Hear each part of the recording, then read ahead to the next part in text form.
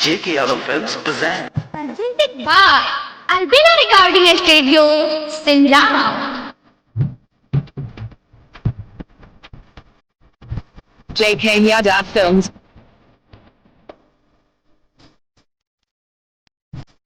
अही बंगाल से तेहू बिहार गे देखे में लागे छही पकी छिनार गे अही बंगाल से तेहू बिहार गे देखे में लागे छही पकी छिनार गे छौरा से करे जानी भच भच भच हाँ मार तो देहात वाला खच खचा खच खच कर तो सामान कर फच फचा खच फच मार तो देहात वाला खच खचा गच गच कर तो सामान कर फच फचा खच फच अही बंगाल से तेहू बिहार गे देखे में लागे छही पकी छिनार गे छौरा से करे जानी भच भच भच भच मार तो देहात वाला खच खचा खच खच कर तो सामान कर फच फचा फच फच मार तो देहात वाला खच खचा खच खच कर तो सामान कर फच फचा फच फच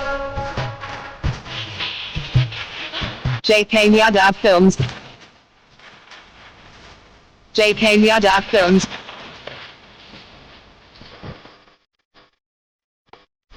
छोटे रे चीज बाप करना गुमान गे तोरा से पर छई हमरो सामान गे तोरा से पर छई हमरो सामान हाय हाय छोटे रे चीज बाप करना गुमान गे तोरा से पर छई हमरो सामान गे तोरा से पर छई हमरो सामान गे जोगा के राखे नहीं चोली के तारा का उहे खोजे छे सब छौरा कुमार का सबके नजरिया से बच बच बच हाँ मार तो देहात वाला खच खचा खच खच कर तो सामान तोर फच फचा फच फच मार तो देहात वाला कच कचा कच गच कर तो सामान कर फच फचा फच फच Presented by Albina Recording Studio, Simla.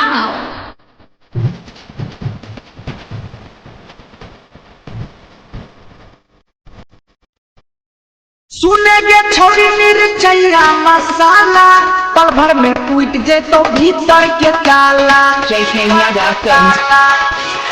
आए हाँ सुनेगे छोड़ी मिर्चैया मसाला पल भर में टूट जे तो भीतर के ताला पल भर में टूट जे तो भीतर के ताला बंसी से कर लेना मोने के बात गे श्री नारायण कर तो रोज मुलाकात गे तबे तू कर में हच हच हच हाँ मार तो देहात वाला खच खचा खच खच कर तो सामान कर फच फचा फच फच मार तो देहात वाला खच खचा खच गच होई दे तो बौआ तोरा घास घचा घच घच अही बंगाल से तेहू बिहार गे देखे में लागे छही पकी छिनार गे छौरा से करे जानी भच भच भच भच मार तो देहात वाला खच खचा खच खच कर तो सामान तोर फच फचा फच फच मार तो देहात वाला खच खचा खच खच कर तो सामान तोर फच फचा फच फच J.K. Yadav Films.